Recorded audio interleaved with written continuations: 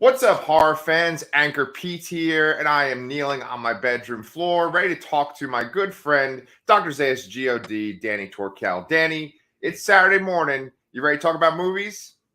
Always. Any time of day. Let's go. Nice. I yeah. so last time we did this recording, we were with Brian, and I remember I actually went, "What's up, comic book fans?" And I'm like, "Wait a minute, this is not Comic Books Transformed. This is the Laster cast, even though we had Brian on, and we even had the Comic Books Transformed like font and stuff on the bottom. But we're back with the Laster cast. We're here to talk horror, and so let's talk about the Arnold Schwarzenegger movie, The Running Man. Now, people might be like, "What the hell? That's not really horror," but we're gonna prove that to you today. Oh, he's busting out a DVD. No. Oh, he's busting out the Bachman books. Ta-da! Yeah, so there is literally nothing about this movie that could even qualify as horror, but it is based on the novella by Richard Bachman, who according to IMDb, when Rob Cohen, the producer, shopped The Running Man, he was like, "Oh, I just read this story by Richard Bachman. It's great." He had no idea that Richard Bachman was Stephen King. Oh, And so, yeah, I got this copy at a horror convention a little while ago. So I'm excited for that. yeah. Put that over We here. the reason why we started talking about this, and we're going to go into the Stephen King thing in detail too. The reason why we're talking about this is because 3 weeks ago, maybe going on four, Danny and I interviewed our friend David Weiner, and David has put out In Search of Darkness 1, 2, and 3, and then of course he's also going to release In Search of Tomorrow, which is his science fiction epic documentary that's about 5 hours long. Danny and I have seen it, we've reviewed it, and we've talked about it with David. And The Running Man is one of those movies. Now, they feature a lot of Arnold sci-fi movies in that documentary. They feature The Terminator, Predator, and this movie. And so Danny and I have decided to focus on the Arnold sci-fi movies that have a little bit of horror in them. And we've gone in chronological order. So now we're at the end of the line. And it's funny because you mentioned Stephen King, like right off the bat. I was going to say, can you think of another Stephen King story that is as science fiction heavy as this one?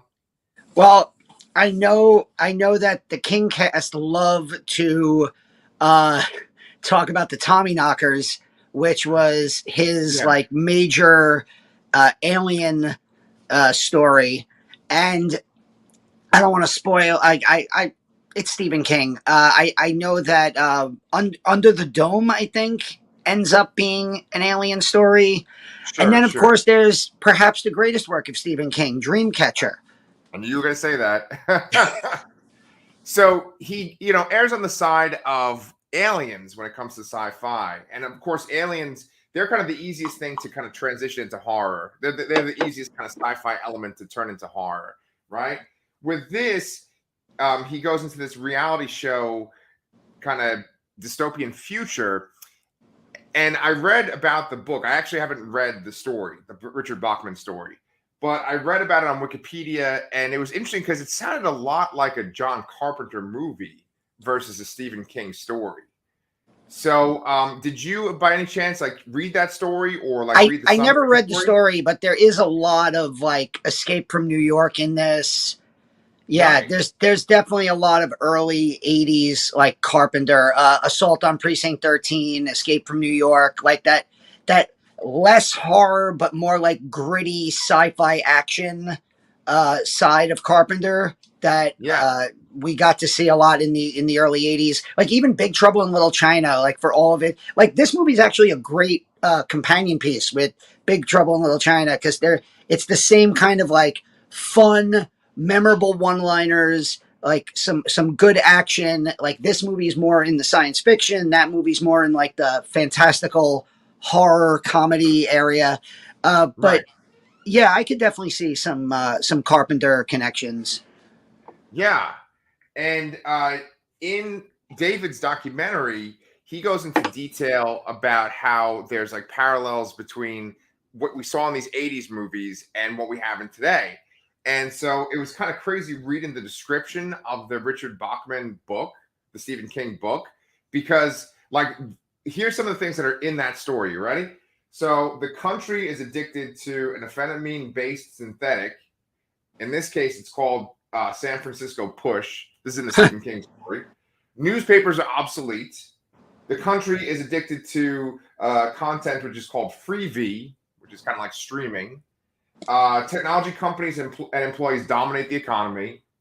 And yeah, I mean, and of course, there's also a reality show where people are getting chased around the world. And that's very much like The Amazing Race. And it's kind of like Survivor in a lot of ways, too. So do you think that like Stephen King just maybe when he was like really high on cocaine had like a vision of the future?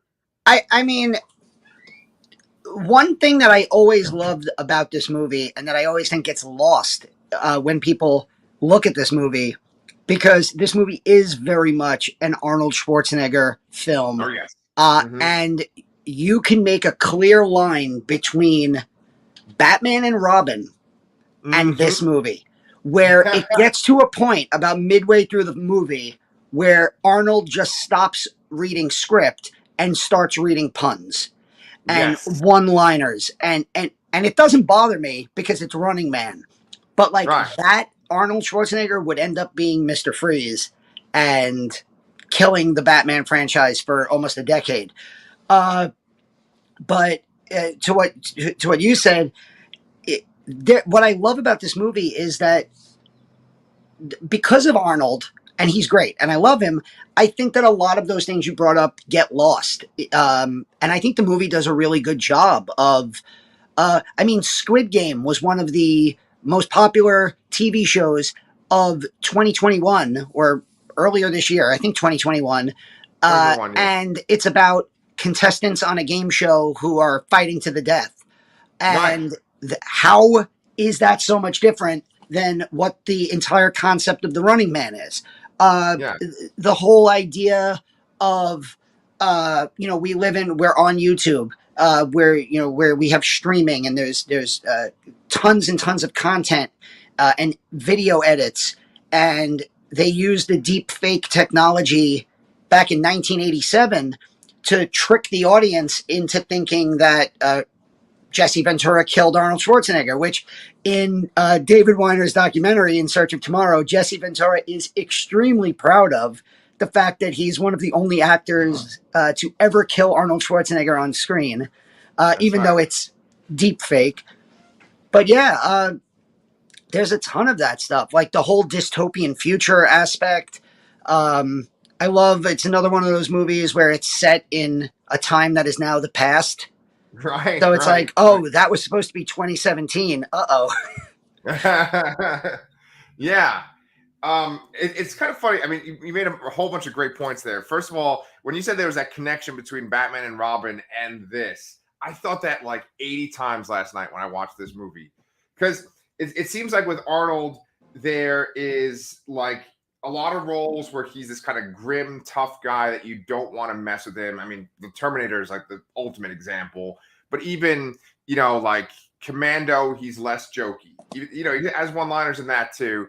Red Heat, all these kind of early kind of 80s Arnold movies, he's kind of tough and intimidating. Twins, he's a little goofy.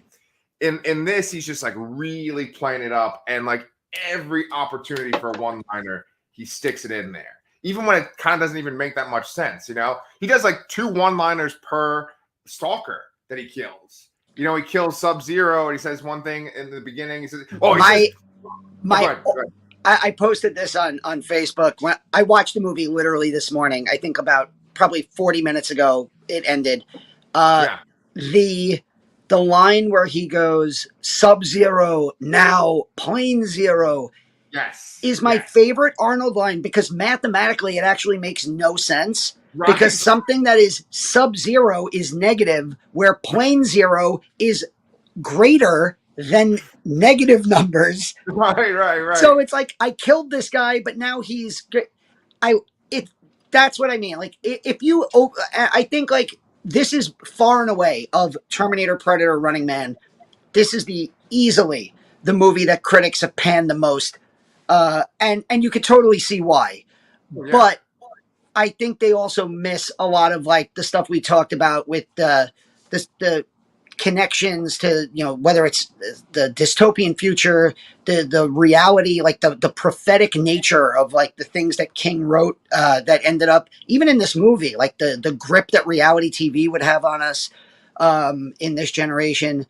But yeah, the one-liners are they come fast and furious. It's like, what is it with Fireball? He's just like, "Come here, hothead," and you just like. Right.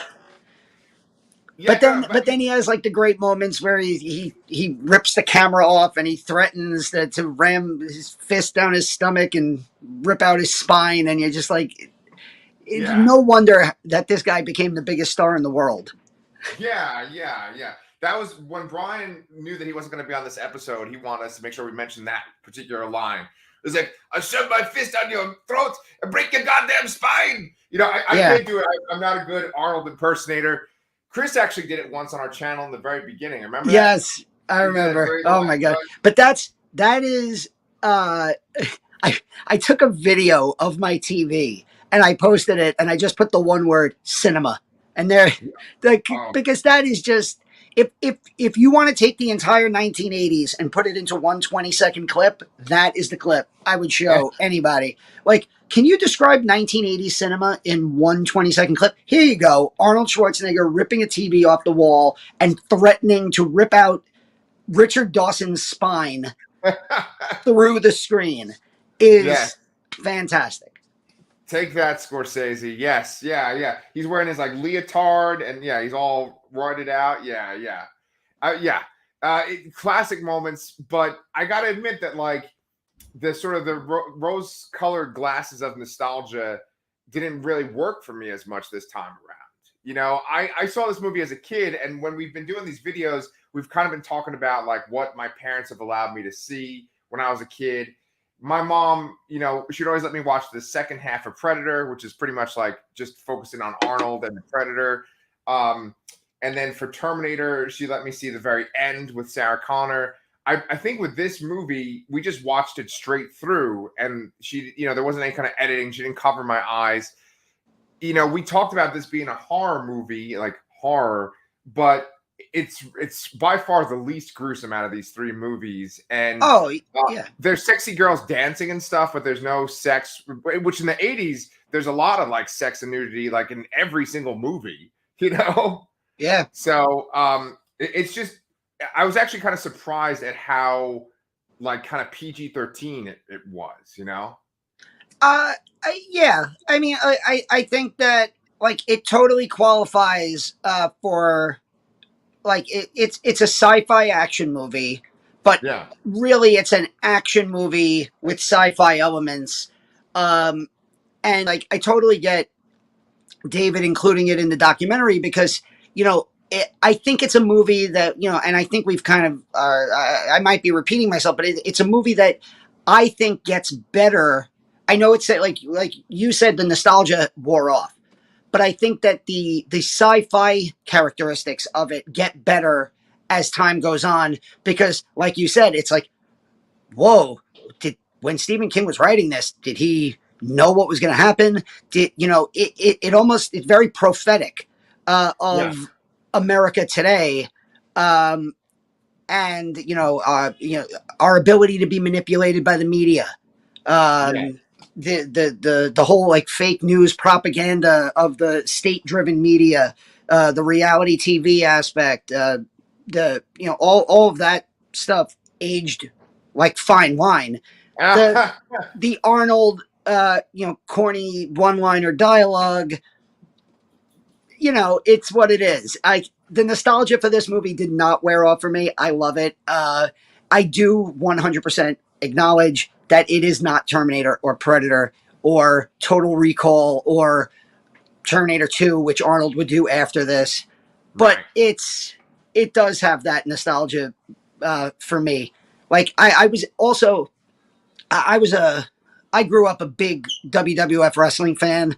Okay. So this movie is it just oozes like wrestling. Like you have Jesse the Body Ventura, who was it? The Slice. You have Buzzsaw?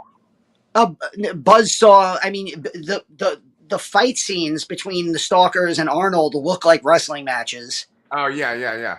The one guy, Sub Zero, is played by Professor Toru Tanaka, who was a wrestler in the 70s. Yes. So, like, it just, this movie had that, like, certain thing that, like, going into it, I was like, I know that guy from WWE. Like, that's the guy who does all the announcing, Jesse the Body. And he's Yeah. fighting Arnold Schwarzennegger. Yeah. So, like, it holds up for me. But I think like the sci-fi stuff really does it ages well because of how, I guess, because of the world today and how similar it feels to the world of Running Man in some aspects, of course. Yeah, yeah. I don't want to get too philosophical. You know, I remember maybe even a decade ago, Brian and I were having this conversation of what do you think the future is going to be like? You know, when we were younger, when we were in our like 20s or whatever, we're like, what's the future going to be like? Do you think it's going to be this kind of fucked up thing? And Brian said, I think the future is going to be like the Running Man. And I always kind of thought about that. And I thought about this movie watching it. I was like, did we get to this point in our society maybe a little bit because we saw this movie and we're like, oh yeah, we would totally be like that. And then like you know, like TV shows were made to be like the Running Man. And then even some of our popular books, like this is very much like the Hunger Games too.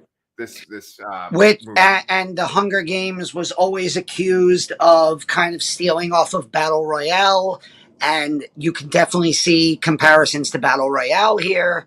Yeah. Squid Game, like we mentioned before, like the idea of, I mean, I guess it kind of goes back to the Most Dangerous Game, which is, Yeah. but like that kind of horror or science fiction story has been told since the beginning of cinema. It's just different incarnations of it. This is like a futuristic action version of it. But yeah, I think Brian was onto something back in the day. I think that maybe because he almost kind of predicted this, and the Stephen King story kind of predicted our world. I think that like maybe it's because this is a big aspect of who we are as humans, right? Because the idea of this movie, at least this Arnold version, is very similar to like Roman gladiators. And like you said that it's very much like wrestling, and there's wrestlers from the 80s in this. But then of course it's very much like American Gladiators, which was the show that was usually on after WWF. I think I just read on IMDb that American Gladiators like was they got the concept for American Gladiators from this show. Like the idea of like regular people going up against gladiators in like fighting zones, except with tennis balls instead of like flamethrowers. I definitely I just read that on IMDb. So that does make total sense. But you mentioned gladiators, and that's another thing. Like when historically, in as societies have crumbled, you distract the crowd, the people, with gladiator shows and with games and spoils and blood and violence. And when I teach ancient Rome and the fall of the Roman Empire, that is part of what leads to the fall of Rome. And you could see aspects of it in even modern America, the way that we're consistently distracting ourselves with anything. There was this great Twitter feed where people were saying, yeah, the craziest thing about the Will Smith slapping Chris Rock is that, and then they were actually bringing up real world issues that had nothing to do with the Oscars. It'd be like, oh my God, Will Smith smacked Chris Rock. But you know what's really crazy? Putin is invading Ukraine. Or, right. It just, they would go off, and it was a great thread of like, oh yeah, this is what we're all talking about. This is what's dominating every conversation. Guilty of it. It's all we talked about at work this week. Right. But there's like real world issues going on that we should probably focus on. They're not fun to talk about, but Yes, and kudos to you for being able to tie the Will Smith scandal into this episode too. Very topical, Yeah, we should make that the thumbnail. We'll get a lot of views. Oh my God. Yeah. Yeah. Like Will Smith smacking Arnold somehow, like, and he's dressed up like Buzzsaw or something. I don't know. Yeah. Yeah. Good call. But like, yeah, isn't the name like Panem from Hunger Games? Isn't that like from a Roman word? And it means like, you know, bread and games or something. Like, I think I that's think where they get so. the name. Yeah, the whole concept is very like Roman gladiator. Right. So I think that that's the thing that always stood out for me when I was a kid, because I was talking about watching it as a kid. What were the actual stalkers? You know, I always got excited because it was kind of like superheroes too, you know, because they kind of had powers as well. And so, you know, I just wanted to list them, and I want you to tell me which one you liked the best. So you have Sub-Zero, then you have Dynamo, and Buzzsaw, Fireball, and Captain Freedom. So those are all the stalkers that we get to see, and of course, Arnold dispatches pretty much all of them. So which one was your favorite out of the group? Uh it's weird. I even growing up, like first of all, I never understood Dynamo whatsoever. Like the idea that he looked like a giant light bright. And Right. I never and just the actor playing him doesn't look intimidating at all. So there No, was the most intimidating one would probably be Buzzsaw. And like growing up with parents who were a lot less picky with what I watched, like I had already known about Texas Chainsaw Massacre and Evil Dead and Evil Dead 2. And so I was well versed in chainsaws. And yes, so I guess Buzzsaw would probably be my favorite of the stalkers. I but like for me watching this movie, it was always more about like the who was playing them. So like Sub-Zero was a former WWE wrestler. Obviously Jesse the Body Ventura. Fireball's played by Jim Brown, who's one of my dad used to like. He was the greatest running back I ever saw. And like, okay, like, and now he's walking around with a flamethrower. Yeah. So that was it. Was really for me was like why I would watch these movies more for Arnold and like for the cast of characters around him. Also, like Yaphet Kotto being there was a big Mhm. deal for me because I had seen Alien and I knew him from Alien. Yeah. It's funny. Charlotte's like that now, where Charlotte loves watching a movie and picking up on actors that she's seen in other things.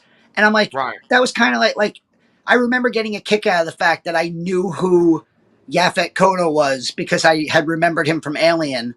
right. And she's the same way where we'll watch a movie and I'll be like, "Do you know who that is?" And she's like, "Oh, that's That is awesome, man.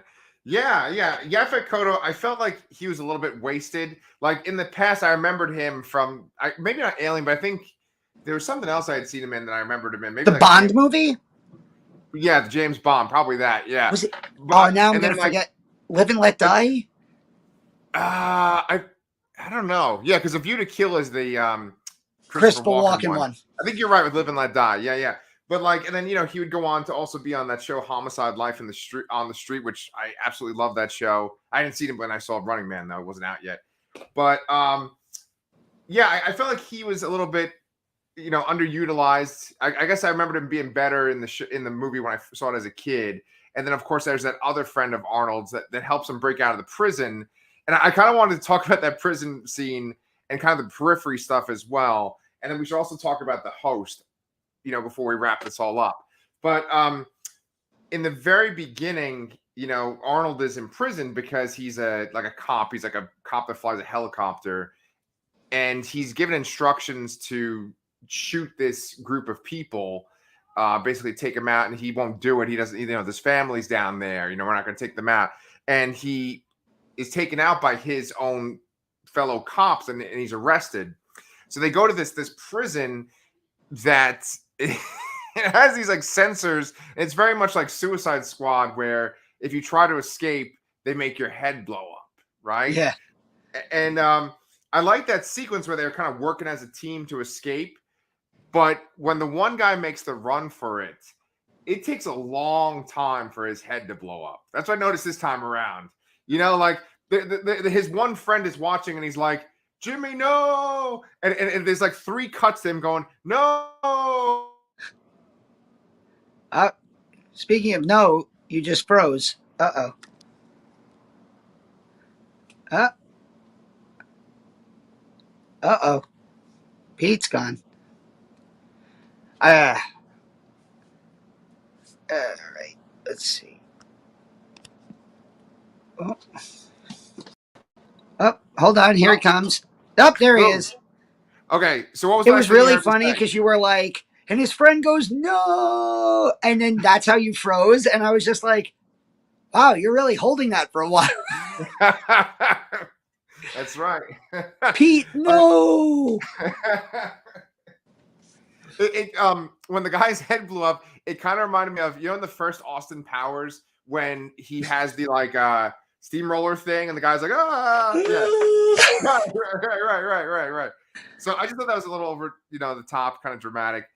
But just that whole world, we keep talking about how there's parallels to our world. Well, unfortunately, another parallel is this idea of like people that are super poor. Everyone is trying to like just survive, and then there's like this kind of oppressive force.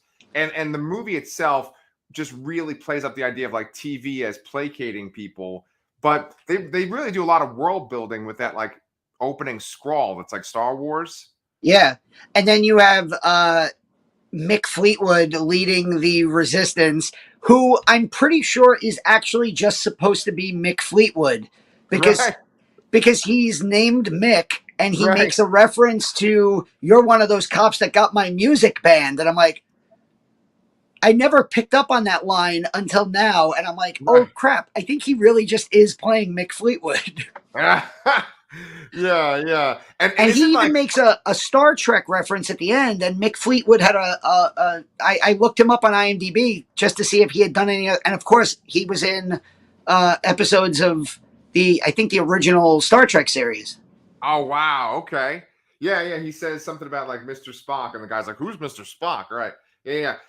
Isn't like Frank Zappa's son in the Resistance too? And Frank Zappa's son is Stevie, and Right. Stevie is with Mick Fleetwood. So that's like a little joke, like that. I guess they named him for Stevie Nicks. Oh, okay. That's cool. Yeah, and even he has like a really cheesy one liner. I think he says like, "Don't touch that dial" or something. Yeah, At the very, like, ugh. But yeah. So we need to mention though Killian, Richard Dawson, because he's the second fiddle to Arnold. Like Arnold is obviously the show everyone's there to see, but he's a really great villain. that's the other thing. It's like you were bringing up the stalkers before. It's kind of funny that the stalkers are really the secondary antagonists, and the main villain to Arnold Schwarzenegger is like a 70-year-old TV game show host. Right. But then again, it's like, you mentioned the Hunger Games. Who's the villain in the Hunger Games? It's Donald Sutherland as President Snow, Right. who is an old man at the end. Right. Yeah. And yeah, it makes sense. Like, who are the evil people in the world? Is it the people who get sent out to do the dirty work, or is it the people behind the scenes? We had back to back. We have a president now in his 80s. He took over for a president who was in his late 70s, who, if he runs again, will be 80. So, these are the people behind the scenes who are, it makes sense. Especially, I mean, Richard Dawson is. You could not have had an actor who was more perfect for the role, given what he did in real life. He was he was the Family Feud host. So they basically were just like, "Can you do that? Only more evil." And he was like, Right. Man, you were on fire today. You got to bring in Trump too, and Biden, and the Will Smith. Man, this is Yeah, wonderful. maybe we'll be like Mick Fleetwood and we'll get our stuff banned." Oh yeah. Right.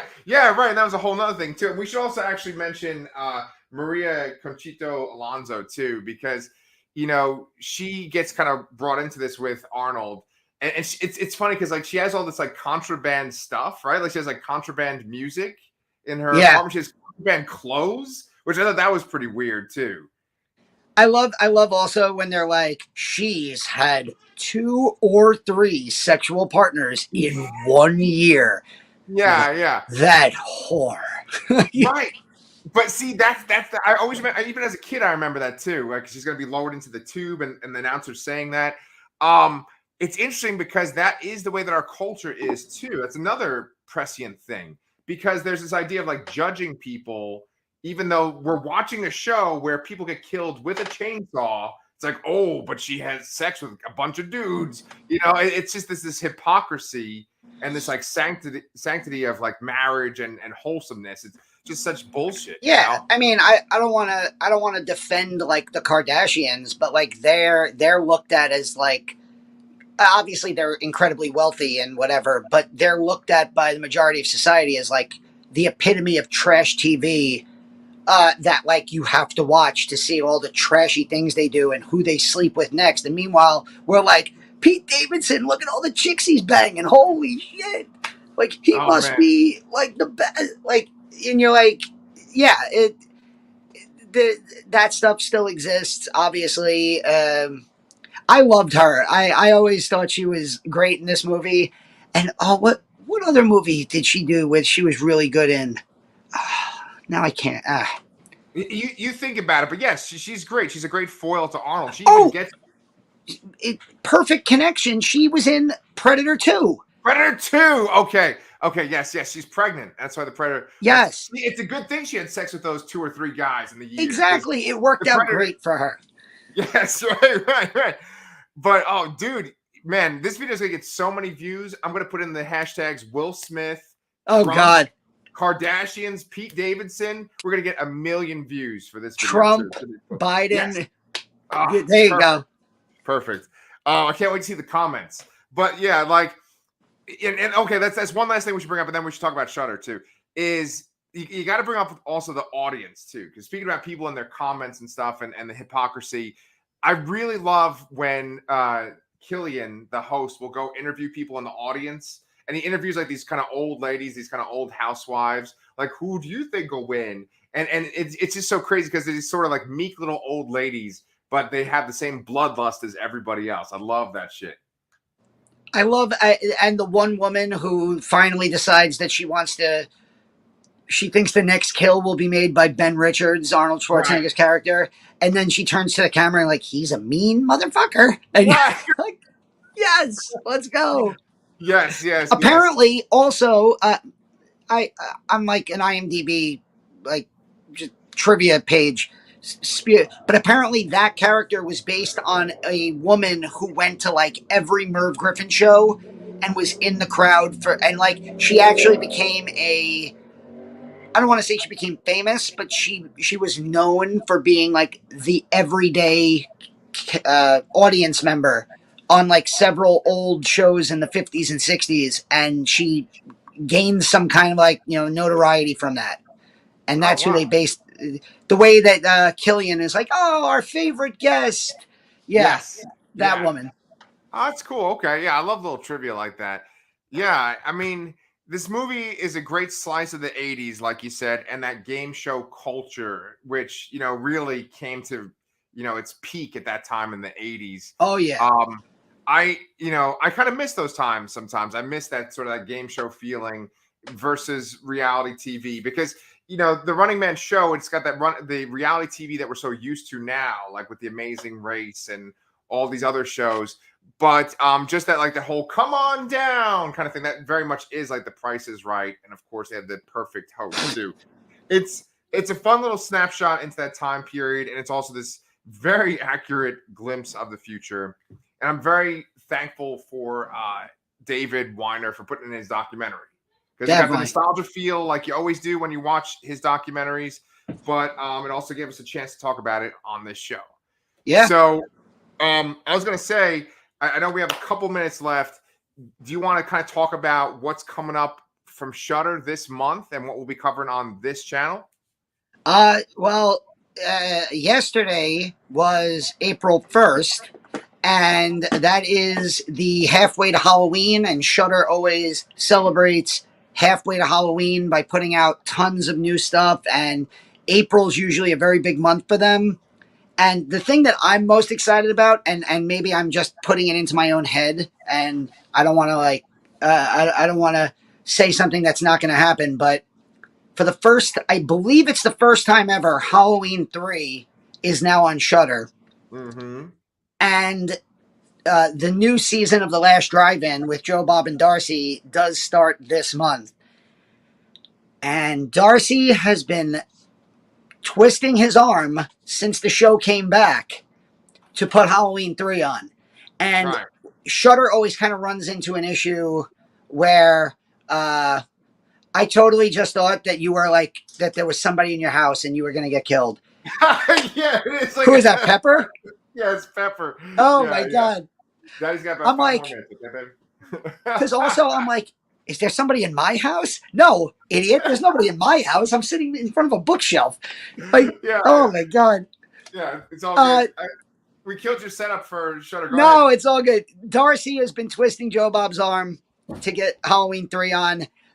Shudder always runs into the issue of like sometimes with rights, like do they have to take a movie from that's on Shudder to put on The Last Drive-In, or are they going to get an exclusive? Are they going to get a new movie? Halloween 3 is on Shudder. I think for the first time, it would be a perfect time to do that. But they also put on a ton of new horror movies, like The Evil Dead and Evil Dead 2 are on there now. Halloween's 2 and 3. Near Dark is back. Oh, nice. A lost like 80s vampire movie starring basically the cast of Aliens. It like Right. Lance Henriksen, Bill Paxton, and Jeanette Goldstein are all in it, and Yes. it's like this great 80s vampire movie. Yeah. The Devils. If you've never seen The Devils, this is not just to you, but to anybody watching. This was made in the 70s with Oliver Reed. It is one of the absolute most bonkers films I've ever seen. Ken Russell directs it. It was like controversial. It was banned in several countries. It is insane.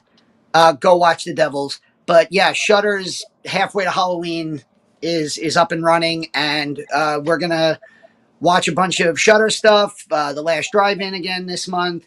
I'm really excited. Charlotte has not seen Halloween 3, so I'm definitely going to watch that. And if you want, if we could do like a review of that, or Charlotte and I can, and yeah, we could just pick out a bunch of Shudder movies. It'll be great.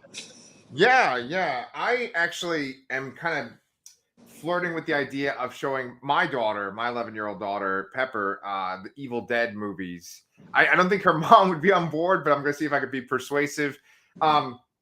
Because one of the channels that really inspired me for our channels that we do is Red Letter Media, and they actually just put out a video for review that they do for Darkman, and they were talking about, because Sam Raimi is going to have Multiverse of Madness coming out soon, so they talk about Evil Dead a lot when they're talking about Darkman.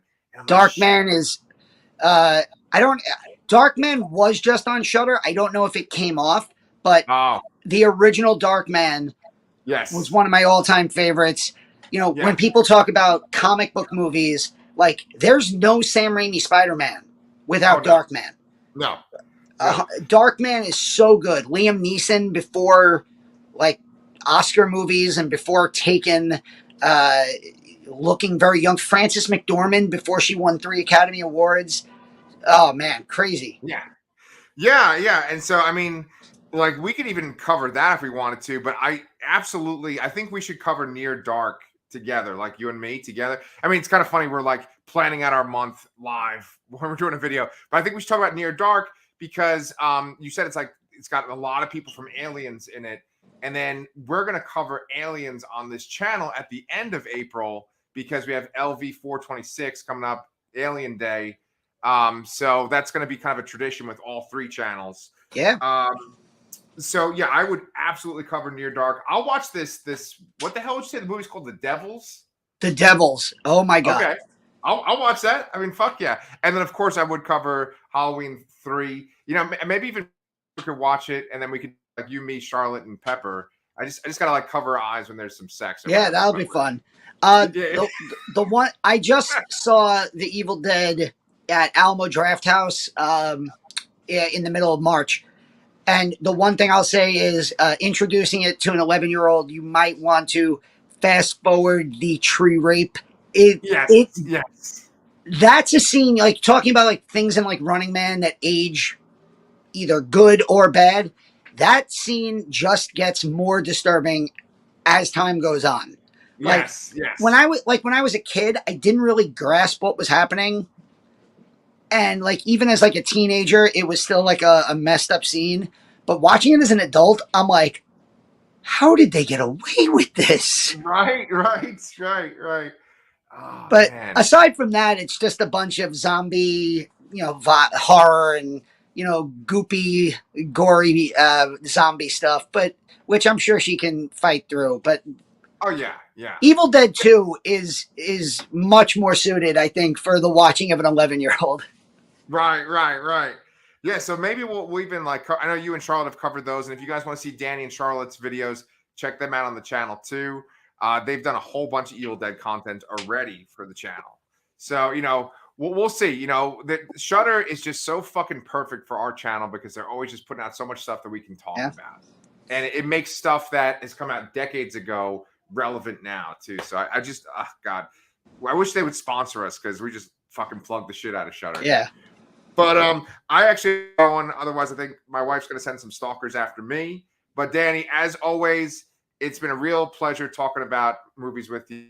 And we will be back this month for all the stuff we just said about Shudder. We'll see you all, guys. Now you're being attacked by a vicious hound. Oh no, the Black Beast. There you go. See you.